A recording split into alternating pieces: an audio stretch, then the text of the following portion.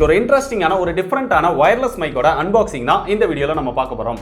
நீங்க ஒரு யூடியூபரா இருக்கீங்க, இல்ல வீலாக் பண்ணிட்டு இருக்கீங்க, இல்ல நல்ல ஒரு வயர்லெஸ் மைக் பாக்குறீங்க அப்படின்னா இந்த வீடியோவை ஸ்கிப் பண்ணாம பாருங்க.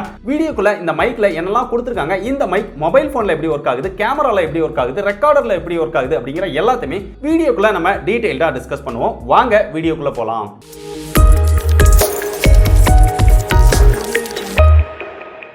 இந்த மைக்கோட ஒரு பெரிய பிளஸ் என்ன, இது யூடியூபருக்காகவே டிசைன் பண்ணி இந்த மைக்கை வந்து லான்ச் பண்ணியிருக்காங்க. இந்த வீடியோ பார்த்துட்டு இருக்கிற நிறைய பேர் வந்து கண்டிப்பா யூடியூப் சேனல் வச்சிருப்பீங்க. அப்படி நீங்க யூடியூப் சேனல் வச்சிருக்கீங்க அப்படின்னா உங்களோட வீடியோஸ் எல்லாம் ரெக்கார்ட் பண்றதுக்கு என்ன மாதிரியான மைக் வந்து யூஸ் பண்றீங்க? ஒருவேளை மைக்கே இல்ல ப்ரோ, நான் மொபைல்ல இருக்கக்கூடிய ஆடியோ தான் யூஸ் பண்றேன் அப்படின்னாலும் என்ன மாதிரியான விஷயங்கள்லாம் நீங்க யூஸ் பண்றீங்க அப்படிங்கறத மறக்காம கீழே கமெண்ட் பண்ணுங்க. இந்த வீடியோ பார்த்துட்டு இருக்கிற நிறைய பேருக்கு வந்து அது ரொம்பவே யூஸ்ஃபுல்லா இருக்கும்.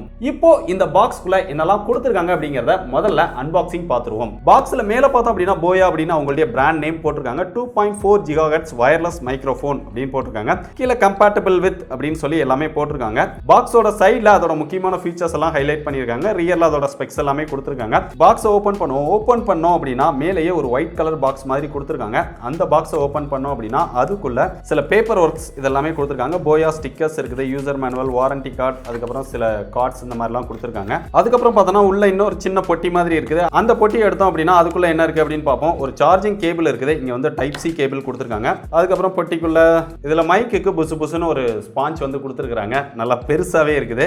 ஸோ ஸ்டைலாகவும் இருக்கும். நிறைய பேர் இந்த மாதிரி மாட்டிட்டு அலையணும் அப்படின்னு நினைப்பாங்க.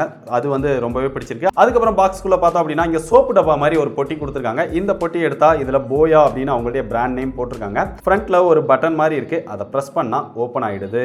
ஓபன் பண்ணோம் அப்படின்னா உள்ள வந்து ஒரு டிரான்ஸ்மிட்டர் இருக்கு, ஒரு ரிசீவர் இருக்குது. அதுக்கப்புறம் அதுக்கு ஒரு மைக்குக்கு இங்கேயும் ஒரு ஸ்பாஞ்ச் கொடுத்திருக்காங்க. ஸோ டோட்டலா 2 ஸ்பாஞ்ச் இருக்கு. ஒன்னு சின்னதா இருக்கு, இன்னொன்னு ஸ்டைலா கொஞ்சம் டிஃபரெண்டா இருக்கு. அதுக்கப்புறம் ஒரு 3 கனெக்டர் கொடுத்திருக்காங்க. ஒரு டைப் சி கனெக்டர் இருக்குது. அதுக்கப்புறம் 2 3.5 mm, ஒரு டிஆர்எஸ் டிஆர்ஆர்எஸ் அப்படிங்கிற மாதிரி 2 3.5 mm கனெக்டர் கொடுத்திருக்காங்க. ஸோ உங்களுக்கு டிஆர்எஸ் வேணும்னாலும் யூஸ் பண்ணிக்கலாம், இல்ல டிஆர்ஆர்எஸ் வேணும்னாலும் யூஸ் பண்ணிக்கலாம்.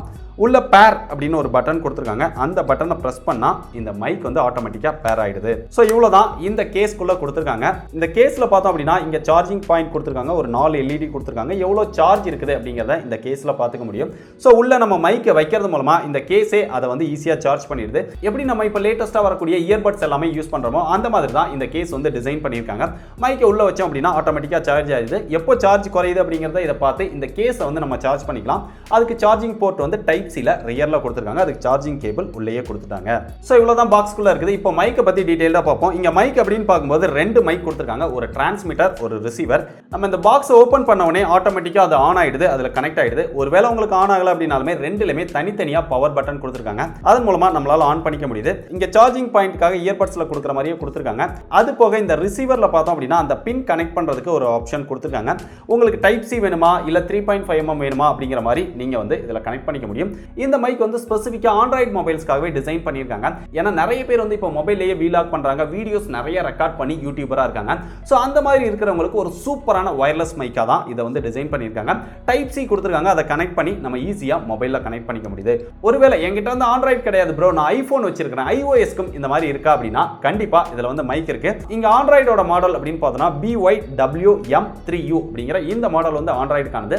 இதே இது நீங்க iOS-க்கு போகணும் அப்படின்னா BYWM3D அப்படிங்கிற மாடல் வந்து ஐபோனுக்காக ரிலீஸ் பண்ணியிருக்காங்க. அதனால உங்களுக்கு அப்படி தேவைப்பட்டது அப்படின்னா அந்த மாடல் வாங்கிக்கோங்க. ஆண்ட்ராய்டுக்கு தேவைப்பட்டது அப்படின்னா இந்த மாடல் வாங்கிக்கோங்க. இல்ல ரெண்டுக்குமே தேவைப்பட்டது அப்படின்னா ஒரு இதை வாங்கி ஒரு கனெக்டர் மட்டும் வாங்கி யூஸ் பண்ணிக்கோங்க. உங்களுக்கு பெர்ஃபெக்ட்டா ஒர்க் பண்ணும். இந்த மைக் வந்து பிளாஸ்டிக்ல தான் ஃபுல்லாவே மேக் பண்ணியிருக்காங்க. நல்ல ஒரு குவாலிட்டியான பிளாஸ்டிக்ல மேக் பண்ணியிருக்காங்க. பட் கீழே போட்டா உடைஞ்சிருமா அப்படின்னு தெரியல. அது போக இந்த டிரான்ஸ்மிட்டர்ல வால்யூம் லெவலை இன்க்ரீஸ் பண்றதுக்காக இங்க பிளஸ் மைனஸ் அப்படிங்கிற ஒரு பட்டன் கொடுத்திருக்காங்க. அது மூலமா நம்மளால ஈஸியா இன்க்ரீஸ் பண்ணிக்க முடியும். ஷர்ட்ல மாட்டுறதுக்காக இங்க ஒரு கிளிப் மாதிரி கொடுத்திருக்காங்க. ஜஸ்ட் இந்த பென்ல வைக்கிற மாதிரி கொடுத்திருக்காங்க. அது மூலமா ஈஸியா நம்மளால ஷர்ட்ல வந்து மாட்டிக்க முடியுது. இந்த மைக்கோட பேட்டரி கெபாசிட்டி அப்படின்னு பார்க்கும்போது டிரான்ஸ்மிட்டர், ரிசீவர் ரெண்டுலயுமே தனித்தனியா 100 mAh பேட்டரி கெபாசிட்டி கொடுத்திருக்காங்க. இங்க கேஸ்ல அப்படின்னு பார்க்கும்போது இங்க 1000 mAh பேட்டரி கெபாசிட்டி கொடுத்திருக்காங்க. இந்த மைக்கை நீங்க ஒன் டைம் சார்ஜ் பண்ணீங்க அப்படின்னா டிரான்ஸ்மிட்டர் வந்து கிட்டத்தட்ட ஒரு 4 மணி நேரம் ஒர்க் பண்ணும். அதே இது ரிசீவர் வந்து 8 மணி நேரத்துக்கிட்ட ஒர்க் பண்ணும். அதனால ஒன் டைம் சார்ஜ் பண்ணோம் அப்படின்னா நம்மளால நல்லாவே வீடியோ எடுத்துக்க முடியும். திருப்பி நம்ம அந்த கேஸ்க்குள்ள வைக்கும்போது அது ஆட்டோமேட்டிக்கா சார்ஜ் ஆயிடும். கேஸ்ல சார்ஜ் குறைஞ்சது அப்படின்னா அந்த எல்இடி இண்டிகேட்டர் வச்சு நீங்க திருப்பி சார்ஜ் பண்ணிக்கலாம். இதோட சார்ஜிங் டைம் 0ல இருந்து 100% ஆகிறதுக்கு 2 hours எடுத்துக்கணும். இதுதான் கொஞ்சம் அதிகம் அப்படின்னு நினைக்கிறேன். இன்னும் கொஞ்சம் வேகமா ஃபாஸ்ட் சார்ஜிங் ஆகிற மாதிரி கொடுத்திருந்தாங்க அப்படின்னா இன்னும் நல்லாவே இருந்திருக்கும். அதே மாதிரி கேஸோட சார்ஜிங் டைமும் இங்க 2 hours டைம் எடுத்துக்குது. அது போக இந்த சோப்பு டப்பா டப்பா மாதிரி இருக்கிற இந்த கேஸ் வந்து ரொம்பவே வெயிட்லெஸ்ஸாக டிசைன் பண்ணியிருக்காங்க. ஓவராலாக நம்ம எல்லாத்தையுமே உள்ள வச்சதுக்கு அப்புறம் கூட இது 129 கிராம் தான் இருக்கு. ரொம்ப சின்னதாகவும் இருக்கிறதுனால ரொம்ப ஈஸியாக நம்ம எங்கேயாவது போகிறோம், இல்லை டிராவல் பண்ணுறோம், இல்லை வீலாக் பண்ணுறோம் அப்படிங்கிறதுனா நம்மளுடைய பாக்கெட்லேயே வச்சு இதை எடுத்துகிட்டு போயிட முடியும். அந்த விதத்தில் இது ரொம்பவே கம்பேக்டாகவும் ரொம்பவே சூப்பராகவும் டிசைன் பண்ணியிருக்காங்க. மைக்கோட சைஸும் ரொம்பவே சின்னதாக டிசைன் பண்ணியிருக்கனால ரொம்பவே சூப்பராக இருக்கு அப்படின்னு சொல்லலாம். இப்போ அந்த மைக்கோட ஆடியோ குவாலிட்டி இன்டோரில் எப்படி இருக்கு அப்படிங்கிறத செக் பண்ணுவோம். முதல்ல நான் ஆண்ட்ராய்டு மொபைலில் ரெக்கார்ட் பண்ணி காமிக்கிறேன். ஜஸ்ட் இந்த டைப் சி பின் எடுத்து இதில் கனெக்ட் பண்ணிக்கிறேன். இதில் இப்படி இன்சர்ட் பண்ணால் அது வந்து கனெக்ட் ஆகிடும். கனெக்ட் ஆனதுக்கப்புறம் மொபைலில் இன்சர்ட் பண்ணிக்கலாம். என்னோட மொபைலில் 3.5mm பின் இல்லை அப்படிங்கிறதுனால நான் வந்து டைப் சி யூஸ் பண்ணுறேன். உங்களுக்கு 3.5mm இருந்ததுன்னா அதுக்குன்னு தனி பின் கொடுத்துருக்காங்க, அதை யூஸ் பண்ணிக்கலாம். இப்போ ரிசீவர் வந்து அங்கே கனெக்ட் பண்ணியாச்சு, ஆடியோ ரெக்கார்ட் பண்ணுறேன். இப்போ நீங்கள் கேட்டுட்டு இருக்கிற இந்த ஆடியோ வந்து இந்த மைக் மூலமா மொபைலில் வந்து ரெக்கார்ட் பண்ணியிருக்கிறேன். இந்த ஆடியோட குவாலிட்டி எப்படி இருக்கு அப்படின்னு பாருங்க.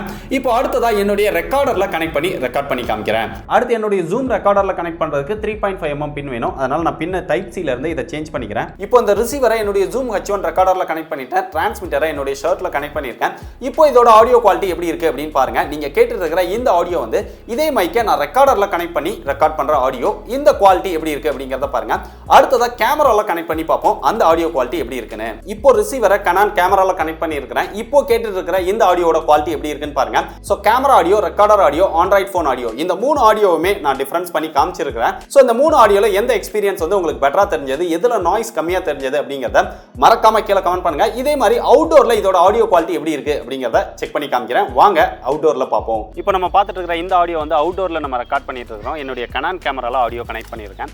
ஸோ கேமரால அவுட்டோர்ல எப்படி ஆடியோ இருக்கு இந்த மைக்ல அப்படிங்கறத மறக்காம கீழே கமெண்ட் பண்ணுங்க. இந்த மைக்கோட அவுட்டோர் டிஸ்டன்ஸ் அப்படின்னு பார்த்தோம்னா இது வயர்லெஸ் மைக் அப்படிங்கிறதுனால மேக்ஸிமம் 20 மீட்டர் வரைக்கும் கனெக்டிவிட்டி இருக்கும் அப்படின்னு சொல்லியிருக்காங்க. நம்ம யூஸ் பண்ணி பார்த்த வரைக்கும் ஒரு 15 மீட்டர் வரைக்கும் நல்லாவே கனெக்டிவிட்டி இருக்கு. அதுக்கு முக்கியமான காரணம் என்ன, நடுவில் எதுவுமே டிஸ்டர்பன்ஸ் இருக்கக்கூடாது. பொதுவாக நம்ம வீடியோ பண்ணுறோம் அப்படின்னாலே கேமராவுக்கும் நமக்கும் நடுவில் எதுவும் டிஸ்டர்பன்ஸ் இருக்காது, ஏன்னா நம்மளை ரெக்கார்ட் பண்ணுறோம் அப்படிங்கிறதுனால. ஸோ அந்த மாதிரி இல்லாத பட்சத்தில் 15 மீட்டருக்கு மேலேயே அவுட்டோரில் நல்லாவே கனெக்டிவிட்டி இருக்குது. இப்போ பார்த்துட்டு இருக்கிற இந்த ஆடியோ வந்து நம்ம அவுட்டோரில் மொபைல் ஃபோன் மூலமாக ரெக்கார்ட் பண்ணிட்டு இருக்கிறோம். அவுட்டோரில் மொபைல் ஃபோனில் இந்த ஆடியோ எப்படி இருக்கு அப்படின்னு பாருங்க. இந்த மைக்கோட எக்ஸ்பீரியன்ஸ் எப்படி இருக்கு அப்படின்னு பாருங்க. அவுட்டோர் நாய்ஸ் எப்படி இருக்கு அப்படிங்கிறத பாருங்க. எல்லாத்தையுமே நல்லா செக் பண்ணுங்க.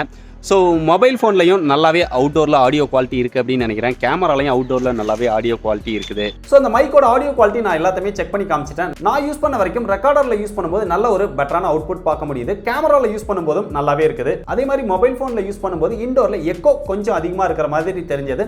மற்றபடி ஆடியோ குவாலிட்டி எல்லாத்துலையுமே ரொம்ப சூப்பராக இருக்குது அப்படின்னு சொல்லலாம். எல்லா ஆடியோவுமே நீங்களும் பார்த்தீங்க, உங்களுக்கு எது பெஸ்ட்டாக இருக்குது, என்ன பெஸ்ட்டுன்னு தோணுது அப்படிங்கிறத மறக்காம கீழே கமெண்ட் பண்ணுங்க. யாருக்கு எதெல்லாம் பெஸ்ட்டாக தெரியுது அப்படிங்கிறத நானும் தெரிஞ்சுக்கிறேன், மற்றவங்களும் தெரிஞ்சுக்குவாங்க. ஃபைனலாக இந்த மைக்கோட பிரைஸ் அப்படின்னு பார்த்தோன்னா இது வந்து ஒரு ரிவ்யூ யூனிட் அப்படிங்கிறதுனால எனக்கு எக்ஸாக்ட் பிரைஸ் வந்து தெரியாது. இது வந்து இந்தியாவில் இப்போதைக்கு அவைலபிள் இல்லை, நம்ம வந்து இம்போர்ட் பண்ண வேண்டியதான் இருக்குது. நீங்கள் குளோபலில் வாங்கும்போது $120 இருந்து $150 வரைக்கும் இந்த மைக்கோட பிரைஸ் வந்து இருக்குது. இந்த பிரைஸ்க்கு ஒர்த்தா அப்படின்னு கேட்டிங்கன்னா, இந்த பிரைஸ் செக்மெண்ட்ல ரொம்ப கம்பேக்டாக ஒரு நல்ல குவாலிட்டியோட ஒரு வயர்லெஸ் மைக் வேணும் அப்படின்னு நினச்சிங்கன்னா, அதுவும் போயா பிராண்ட்ல இருந்து வேணும் அப்படின்னு நினச்சிங்கன்னா இந்த மைக் வந்து உங்களுக்கு பெட்டரான சாய்ஸாக இருக்கும். பெஸ்ட் பை லிங்க் வந்து டிஸ்கிரிப்ஷனில் கொடுத்துருக்கேன், தேவைப்படுறவங்க அதை கிளிக் பண்ணி பை பண்ணிக்கோங்க. சோ நீங்க இம்போர்ட் பண்ணும்போது அதுக்கு கஸ்டம் சார்ஜஸும் வரலாம். சோ அதனால அதுக்கும் நீங்க தயாரா இருந்தா மட்டும் இந்த ப்ராடக்ட்டை ட்ரை பண்ணி பாருங்க. சோ போயா யூடியூபர்ஸ்க்காகவே ரொம்ப கம்பாக்ட்டா ஒரு ஸ்டைலா ஒரு கம்மியான பிரைஸ்ல ஒரு சூப்பரான வயர்லெஸ் மைக் வந்து லான்ச் பண்ணிருக்காங்க.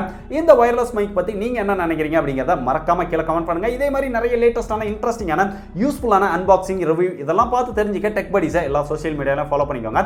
டிஸ்கிரிப்ஷன்ல எல்லா சோஷியல் மீடியாவோட லிங்க்கும் இருக்கு. அது மட்டும் இல்லாம லேட்டஸ்ட் அப்டேட் இன்னும் ஃபாஸ்டா தெரிஞ்சுக்க நம்முடைய டெலிகிராம் குரூப்லயும் ஜாயின் பண்ணிக்கோங்க. இதே மாதிரி இன்னொரு யூஸ்ஃபுல்லான வீடியோல சந்திக்கிறேன். பாய்.